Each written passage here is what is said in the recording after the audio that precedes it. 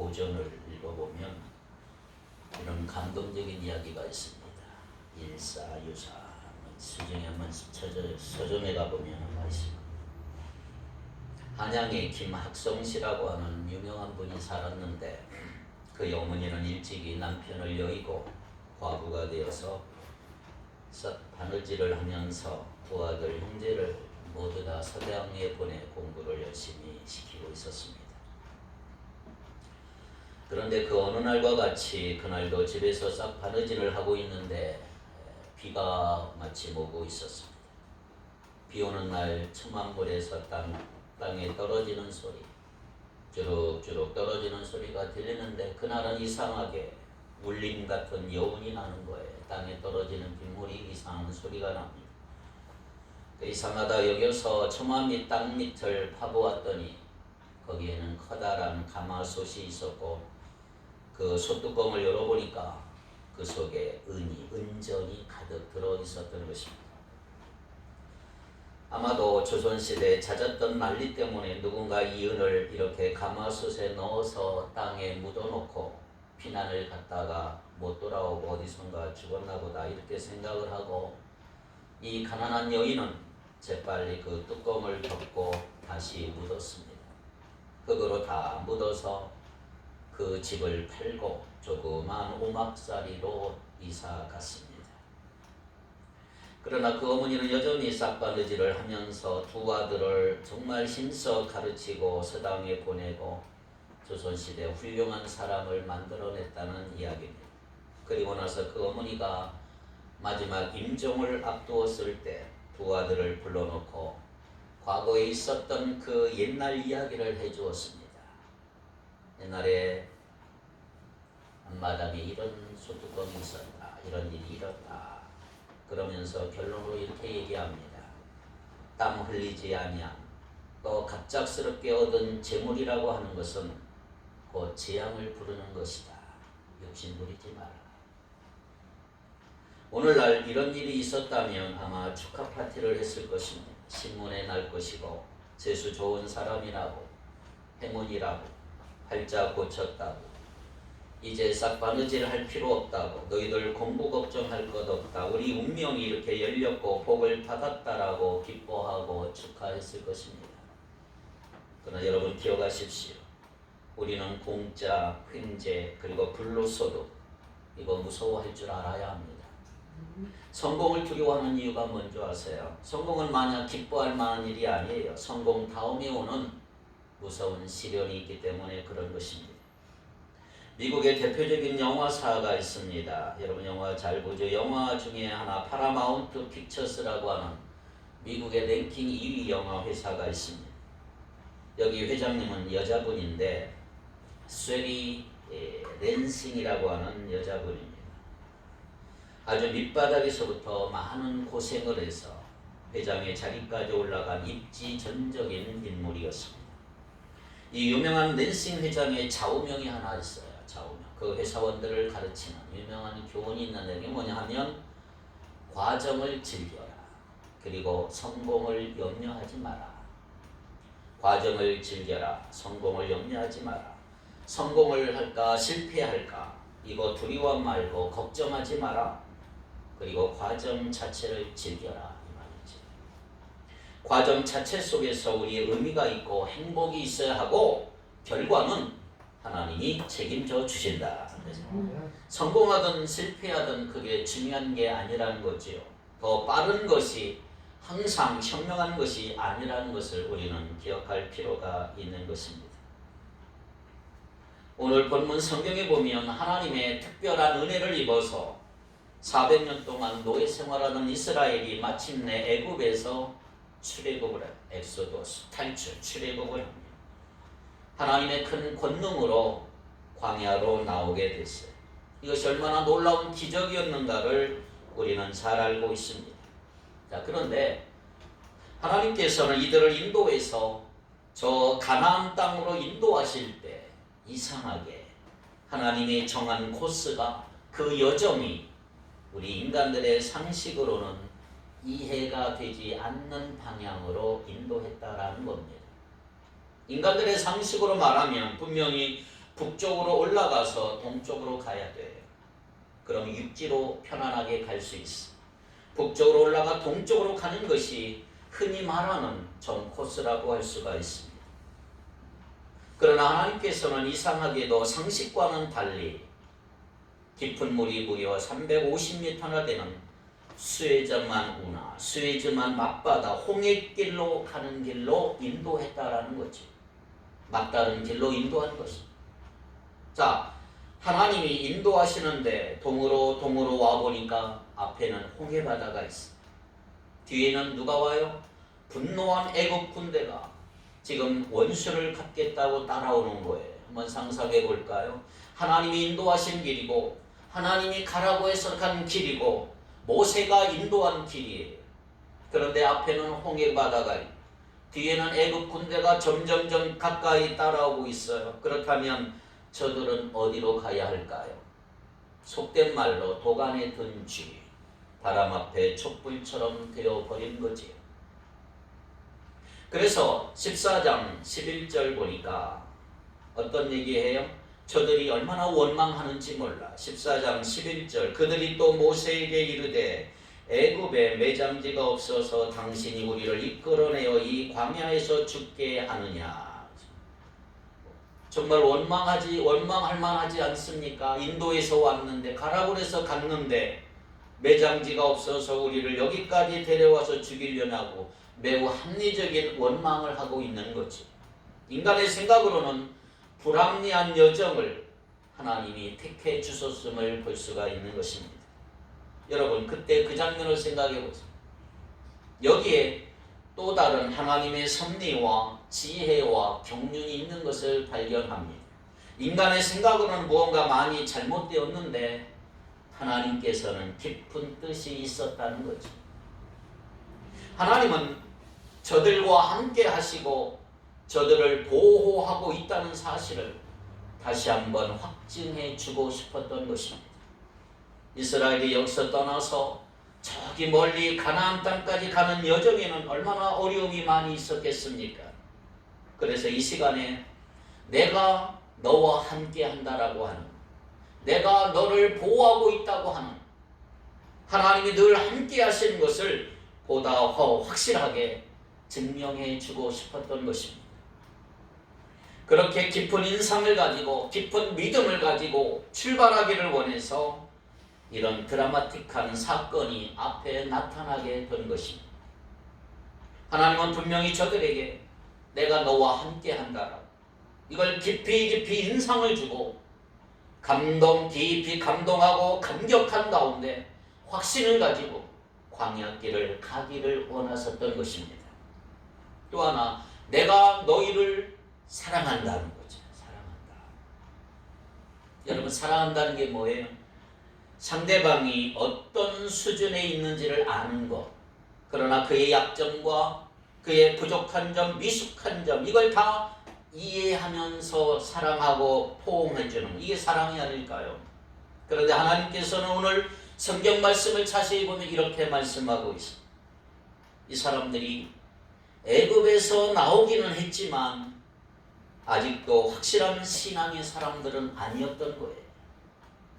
가나안으로 가는 길을 가다가 북쪽으로 올라가서 만약에 지평하는 길을 가다가 블레셋 사람들을 만나서 전쟁이라도 하게 되면 분명히 어떻게 돼요? 오늘 본문에 이런 말이 있어요.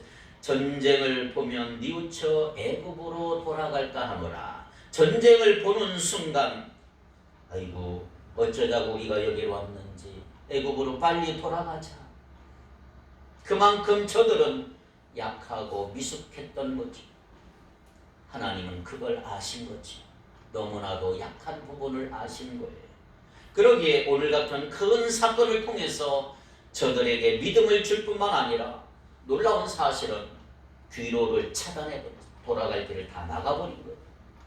다시 돌아갈 수 없게 홍해를 쫙 열었다가 닫아버렸어. 이제는 앞으로만 가는 것입니다. 여러분 우리가 예수 믿는 것이 제일 재미있었던 때가 언제인가요? 처음 은혜 받았을 때가 아닌가 싶습니다. 소위 첫사랑의 계절이라고 할까요? 내가 말씀 배우는 것이 꿀맛 같은데 기도 응답이 척척 오는 예배의 시간이 감동이고 감격이었던 때 그때가 기억나지 않습니까?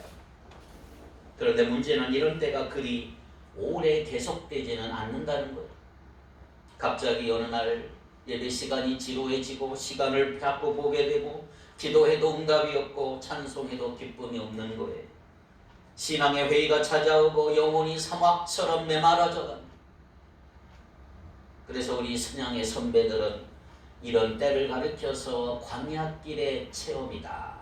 영혼의 어두운 밤이 왔다. 이렇게 부르고 있습니다. 광야길의 체험.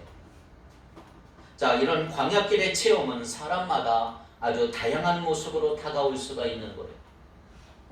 당장 이루어질 것 같은 그 꿈이 이제는 실현 가능한 꿈처럼 멀어지고 불가능한 꿈처럼 멀어지고 현실의 그 차가운 벽 앞에 절망을 느껴야 할 그때 일종의 광야 체험이라고 할 수가 있습니다. 이 세상 누구도 그 사이에 끼어들 수 없었던 하나됨으로 시작되었던 우리의 애정관계 혹은 우정관계가 어느 날 삐걱거리기 시작하더니 이제는 그의 얼굴을 대한 것조차 부담스럽게 부담으로 변해버릴 때 그때 우리는 광야길을 지나고 있는 것입니다. 생각해 보세요. 이스라엘 백성이 애굽에서 해방되고 애굽에서 떠나는 그날 그것은 얼마나 대단한 민족적인 감격과 감동의 체험이었을까. 노예의 사슬을 다 벗어버리고 그들은 이제 자유의 새로운 세상으로 출발하는 것입니다. 그리고 그들 앞에는 젖과 꿀이 흐르는 언약의 땅이 기다리고 있는 거예요. 그런데 그들이 애굽 땅을 벗어나자마자 그들을 기다리고 있는 것은 광야였습니다. 광야. 물론 처음에 광야를 대했을 때 이스라엘 백성들이 크게 두려웠던 것으로 보이지는 않아요. 왜냐하면 애굽에서 가나안까지 직선으로 광야길을 쫙 가로질러 가면 200마일밖에 되질 않아요. 직선으로 쉼없이 걸어가면 40일이면 갈 수 있는 길이었기 때문에 별 문제가 안 됐어요. 그런데 그 40일이 몇 년이 됐어요? 40년이 된 것입니다. 하루가 1년씩 되어버린 거예요. 자, 13장 17절 18절 한번 보세요. 13장 17절 18절 다 같이 읽겠습니다. 바로가 백성을 보낸 후에 블레셋 사람의 땅의 길은 가까울지라도 하나님이 그들을 그 길로 인도하지 아니하셨으니 이는 하나님이 말씀하시기를 이 백성이 전쟁을 하게 되면 마음을 돌이켜 애굽으로 돌아갈까 하셨습니다. 그러므로 하나님이 홍해의 광야길로 돌려 백성을 인도하시매 이스라엘 자손이 애굽 땅에서 대열을 지어 나올 때 그랬습니다. 가까운 길을 놓아두고 홍해 쪽 먼 길로 하나님이 그 백성을 돌려서 인도하셨다. 그렇게 기록하고 있습니다. 좀 원색적인 표현을 빌리면 하나님이 자기 백성을 뺑뺑이 돌립니다. 뺑뺑이. 이놈들 고생 좀 해봐라. 그것이 광야길의 체험인 것입니다. 왜 그렇게 하셔야 했을까? 자, 이제 이 이유를 우리가 좀 발견해야 됩니다.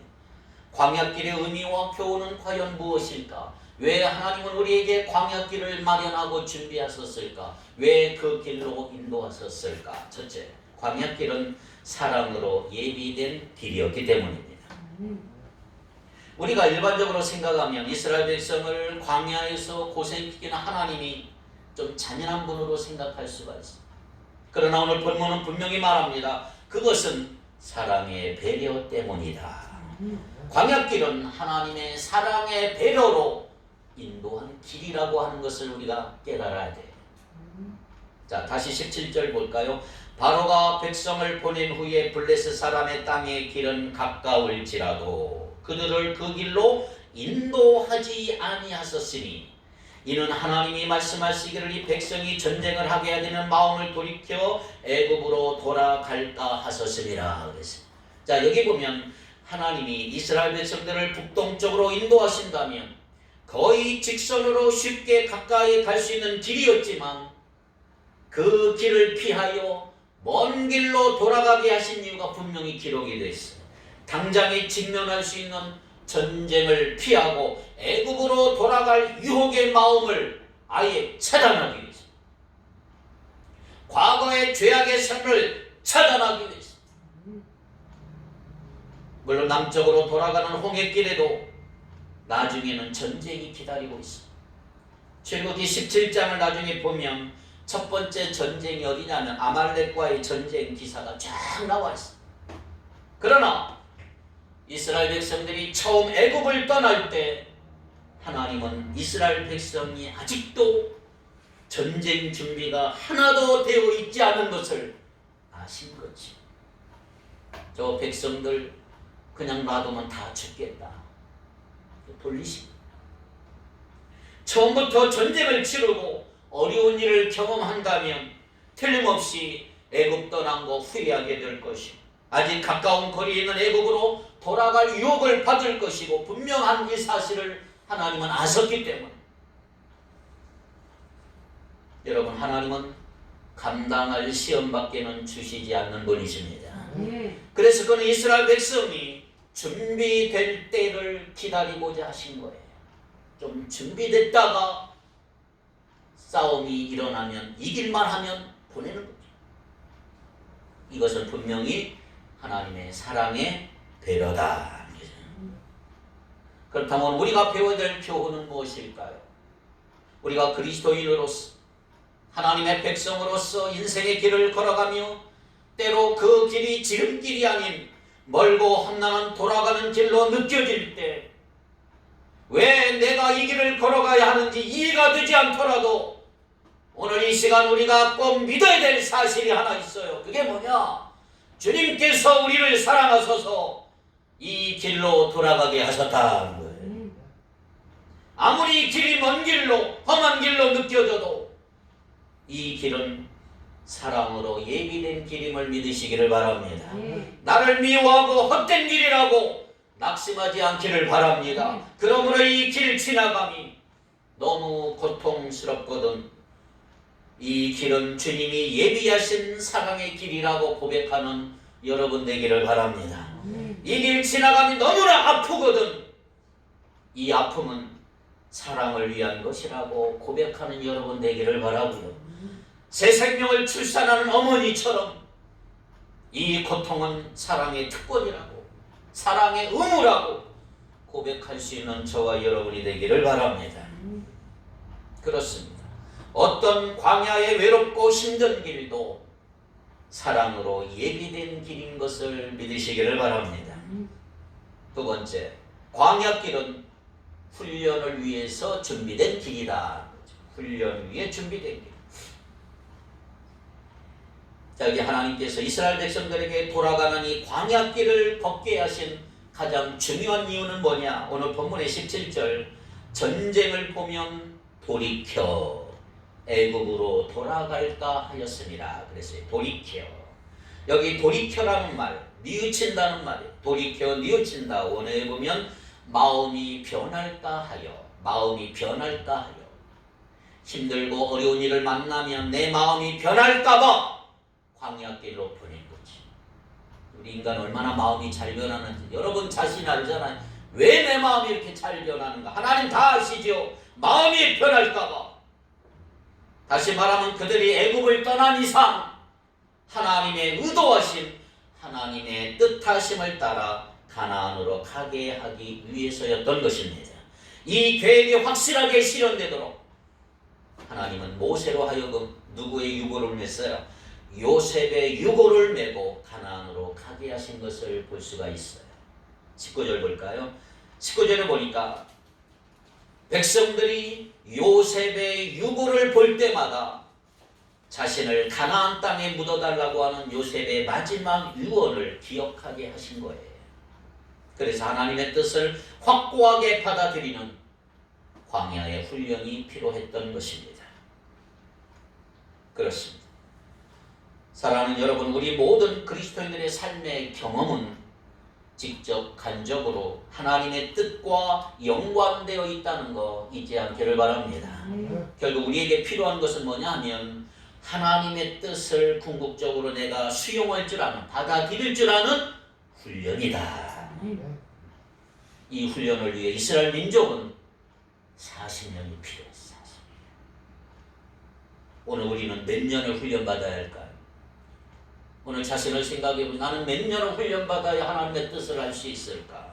하나님의 뜻을 받아들일 수 있을까? 한 성경학자는 이렇게 얘기해요.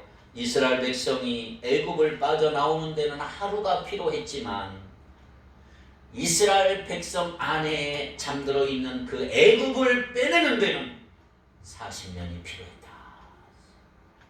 내 안에 있는 독소를 빼내기는 그만큼 힘들다. 내 안에 있는 세상적인 습관, 타성, 이거 빼내기는 그만큼 힘들다. 흥미로운 것은요, 성경에서 40이라고 하는 숫자는 주로 광야의 훈련과 관련이 많아요. 노아의 홍수도 40일 동안 집중적으로 내렸죠. 모세가 애굽에서 살인하고 미디안 광야로 도망가서 보낸 세월이 40년이고 나중에 시내산에서 보낸 시간도 40일 금식이죠. 엘리야가 아합 왕과 이세벨을 피해서 호렙산으로 간 기간이 40일. 물론 예수님이 광야에서 시험 받으신 시간도 40일이죠. 부활 이후 승천까지 의심으로 연약해진 제자들과 함께 하시며 그들에게 하나님 나라의 비전과 꿈을 심어주기 위한 시간도 40일이었습니다. 그렇습니다. 우리는 인생을 살면서 누구나 광야를 지나간다는 사실을 잊으면 안 됩니다. 어떤 사람은 40일의 짧은 광야 체험을 할 수가 있고 어떤 사람은 40년의 보다 긴 광야 체험을 통과하기도 하지만 정확한 것은 광야를 지나지 않는 사람은 아무도 없는 것입니다. 그렇다면 중요한 것은 이 광야를 지나는 동안 우리에게는 구체적으로 어떤 훈련이 필요할까? 여러분, 광야를 지날 때 우리는 무엇보다 예배의 훈련을 받고 예배의 사람이 되시기를 주의 이름으로 축복합니다. 출애굽기 3장에 보니까 모세가 바로 왕에게 나가서 애굽 땅에서 떠나갈 허락을 구할 때 출애굽기 3장 18절 보니까 이렇게 그들이 내 말을 들으리니 너는 그들의 장로들과 함께 애굽 왕에게 이르기를 히브리 사람의 하나님 여호와께서 우리에게 임하였은즉 우리가 우리 하나님 여호와께 뭘 드린다고요? 제사를 드리려 하오니 사흘길을 광야로 가도록 허락하소서 하라 그랬어요. 사흘길을 지나 광야로 나아가 희생의 제사를 드리려 한다라고 말하라고 하나님이 모세에게 지시하는 장면이에요. 희생의 제사를 오늘날의 개념으로 바꾼다면 예배지. 오늘 우리는 언제 어디서나 다 예배 드릴 수 있지만 여러분 기억하세요. 광야는 예배하기에 가장 적합한 장소예요. 내가 홀로 있을 때, 내가 외롭고 힘들고 아프고 고통스러울 때 하나님 앞에 예배 드려보십시오. 여러분들이 고독한 광야를 지날 때 인적의 방해 없이 다만 하나님의 임재의 달빛 속에 사랑을 내리시는 그분을 만나는 그 예배를 배우시기를 축복합니다. 여러분들이 오해의 바다를, 오해의 광야를 지날 때 나를 완벽하게 이해하시는 하나님 앞에 홀로 나와 밤하늘의 별을 바라보며 광야의 바람 소리에 기도를 띄워 예배하는 것을 배우는 여러분 되기를 축복합니다.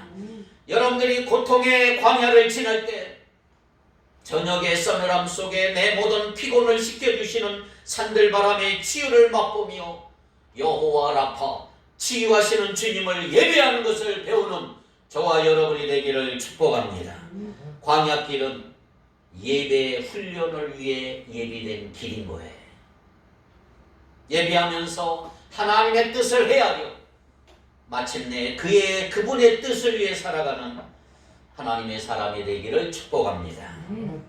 세 번째, 광야길은 성령으로 인도된 길입니다. 성령으로 인도된 길, 광야길. 자, 우리는 인생을 살면서 많은 경우 어떤 고난을 경험할 때 내가 왜 이런 고난을 겪어야 하는지를 이해하지 못할 때가 훨씬 많아요. 저도 그렇습니다.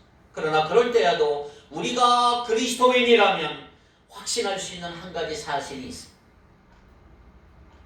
이 고난의 이유는 내가 다 이해할 수 없지만 이 고난 속에 하나님이 결코 우리를 홀로 버려두지 아니하시고 인도하실 거라고 하는 약속만은 분명하게 신뢰해도 좋다 말이죠. 할렐루야. 애굽 땅을 떠나던 이스라엘 백성이 왜 쉽고 빠른 지름길 제쳐놓고 홍해로 향하는 먼 길을 가야 하는지 이해할 수 있었을까? 하나님이 아무리 설명하셨어도 이스라엘 백성은 그걸 납득하기가 어려운 거지. 그러나 하나님은 그 백성을 그가 친히 광야길로 인도하신다고 하는 분명한 사인만은 허락하셨어요. 사인을 하나 줬어요. 내가 너희들 결코 버려두지 않겠다. 내가 그 표시로 사인으로 뭘 준 거예요? 구름 기둥으로 불 기둥으로 인도하겠다. 그게 사인이요. 내가 너와 함께 하겠다. 한평생 너와 동행하겠다. 21절에 보니까 여호와께서 그들 앞에서 가시며 낮에는 구름 기둥으로 그들의 길을 뭐하시고 인도하시고 22절에 보니까 마지막 부분에 불 기둥이 백성 앞에서 떠나지 아니하니라. 한평생 인도하시고 보호하시고 버려두지 않겠다고 그 사인으로 백성 앞에 떠나지 아니하므로 구름 기둥으로 불 기둥으로 광야 생활을 인도했다. 사인. 그러므로 이 구름 기둥으로 불 기둥으로 너희들은 앞서 인도하겠으니 두려워하지도 말고 불안해하지도 말라라. 물론 이 구름 기둥 불 기둥이 백성이 원하는 방향으로 움직여 간 건 아니에요.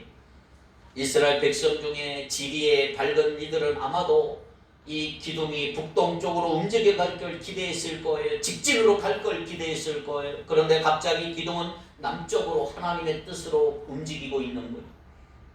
그러나 하나님의 인도가 분명했기 때문에 백성들은 그것이 싫어도 그 길을 따라갈 수밖에 없는 거예요. 분명한 건 이거예요. 하나님은 그의 모든 자녀들의 길을 반드시 인도하신다.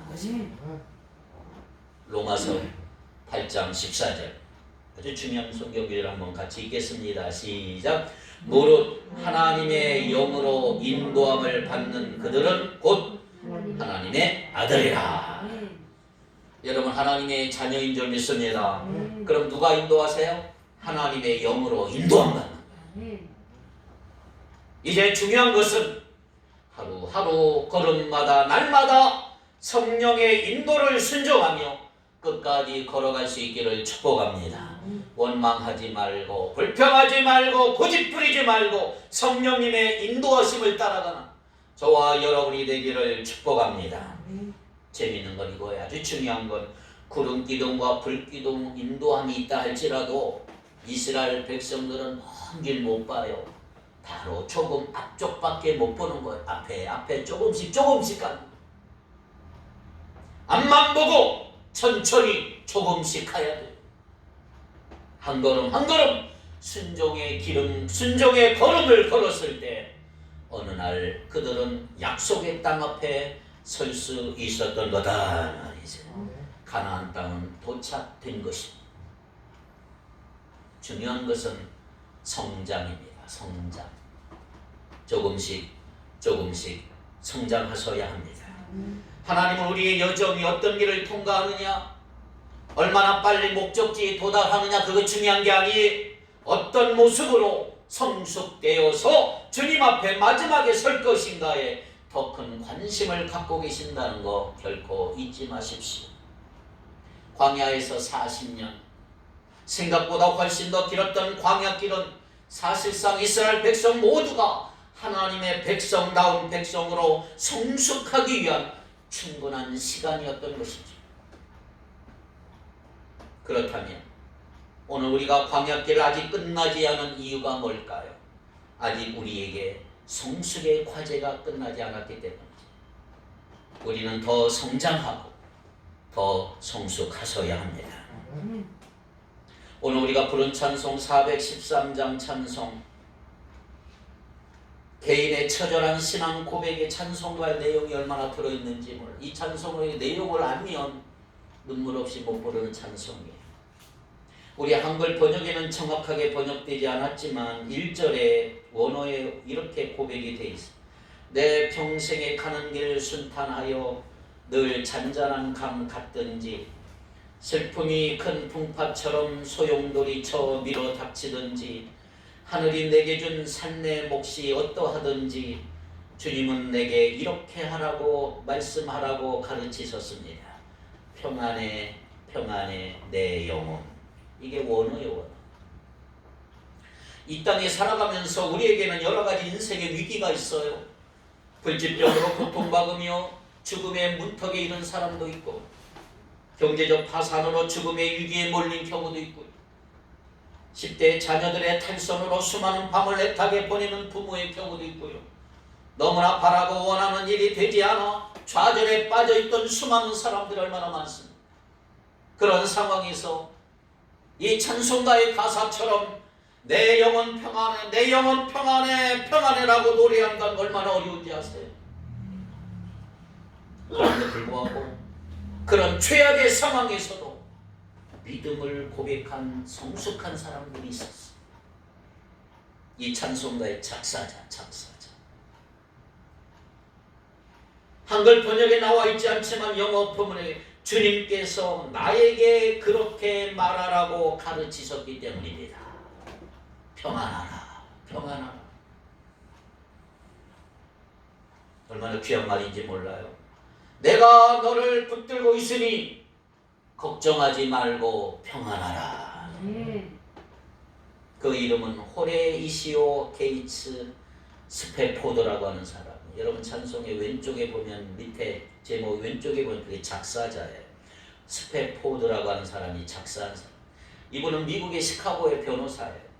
아주 부지런해서 수많은 재산을 모았어요. 그러나 1871년 미국 시카고에 아주 유명한 불이 날 화재 대사건, 몇천 명이 죽었어요. 대화재로 말미암아 그의 재산이 한순간 다 잃어버렸어요. 그렇지만 그는 와중에도 그는 시카고시의 복구를 위해 그가 할 수 있는 일을 열심히 했어요. 가난한 사람, 집을 잃어버린 사람을 구제하고 다친 사람의 재활을 위해 헌신했던 사람. 그러나 그해 그는 급성 전염성 피부 질환인 성홍열로 일남 사녀 중에 첫 번째 아들 일남이 병으로 먼저 죽었어요. 이렇게 첫 아들과 재산을 잃어버린 호레시오 스페포드는 2년 후인 1873년 추운 겨울 11월에 아내와 남은 4딸을 데리고 영국으로 가기로 작정을 해요. 그러나 그는 시카고에 급히 처리할 일이 생겨서 아내와 4딸을 먼저 보내고 자신은 나중에 합류하기로 결정을 합니다.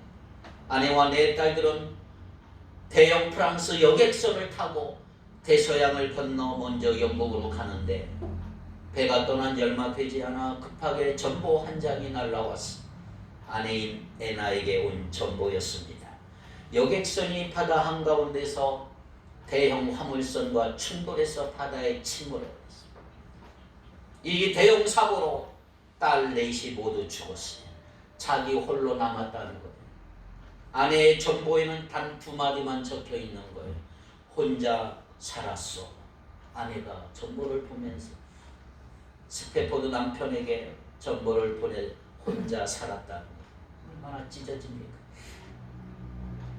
사고가 난 지 한 달 후에 그의 아내는 그와 다시 배를 타고 영국으로 갑니다. 항해가 시작한 지 얼마 되지 않아 선장은 기내 방송을 통해서 지금 한 달 전에 사고가 난 바로 그 지역을 지나가고 있습니다. 그날 밤 스페포드는 잠을 잘 수가 없는 거예요. 자기에게 찾아온 불행과 재앙들, 잃어버린 5 어린 자녀들의 생각에 밤잠을 이룰 수가 없는 거예요.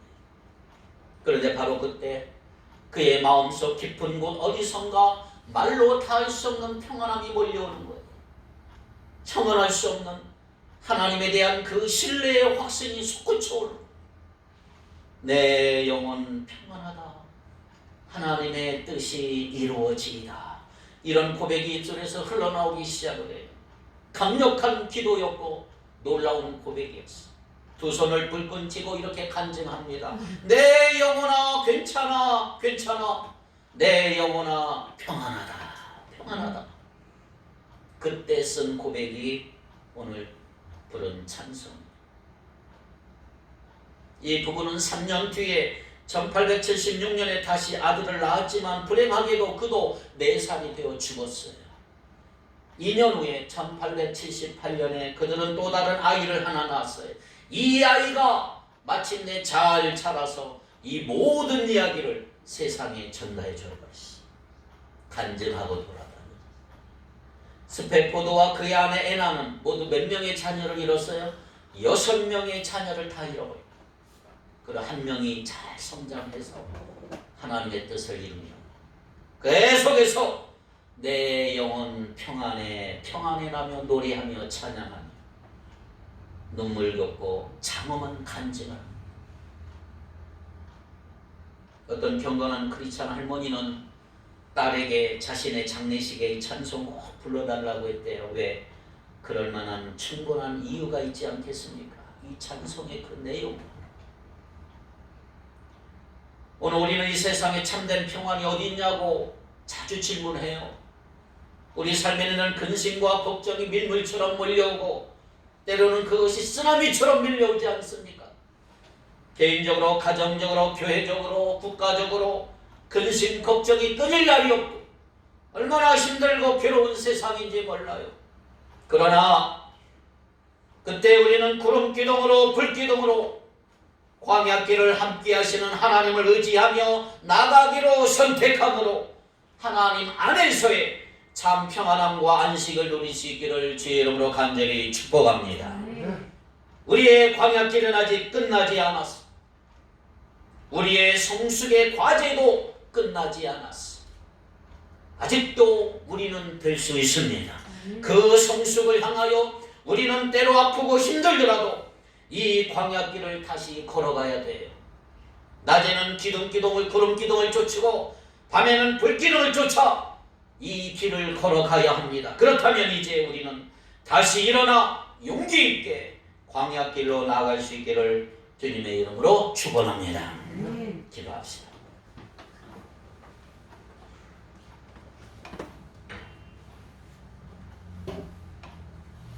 우리 가운데 지금 메마른 광야를 지나고 있는 분 안 계십니까?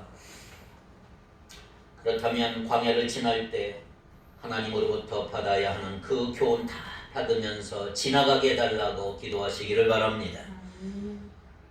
요즘에 유행하는 찬양 가사 광야를 지나며 라는 찬양이 있습니다.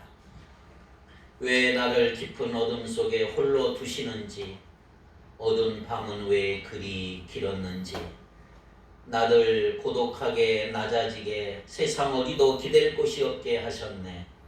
광야, 광야에 서 있네. 주님만 내 도움 되시고 주님만 내 빛이 되시는, 주님만 내 친구 되시는 광야.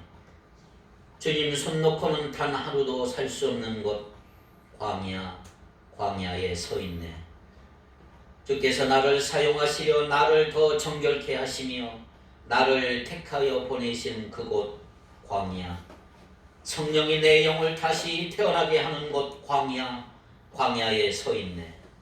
내 자아가 산산이 깨지고 높아지려 했던 내 꿈도 주님 앞에 다 내려놓고 오직 주님의 뜻만을 이루어지기를, 나를 통해 주님만 드러나기를 광야를 지나며.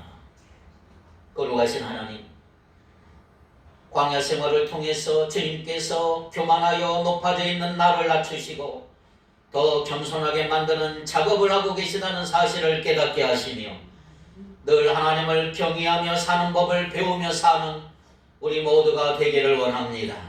늘 변화되고 성장하게 하시고 우리 인생길을 걸어가면서 성숙한 모습으로 살아갈 수 있도록 용기를 주시고 믿음을 주시옵소서. 때로는 어둡고 힘들더라도 이 광학길을 다시 걸어가야 하는데 주님이 나와 항상 함께 있다고 하는 구름 기둥을 쫓아 불 기둥을 쫓아 이 길을 걸어갈 때 주님이 항상 함께하여 주시며 동행해 주시옵시며 역사해 주시며 터치하여 주시며 머리끝부터 발끝까지 책임져 주시옵소서. 주님만을 드러낼 수 있는 우리의 삶이 되기를 간절히 원하오며 예수님의 이름으로 감사하며 간절히 축복하며 기도하옵나이다. 아멘.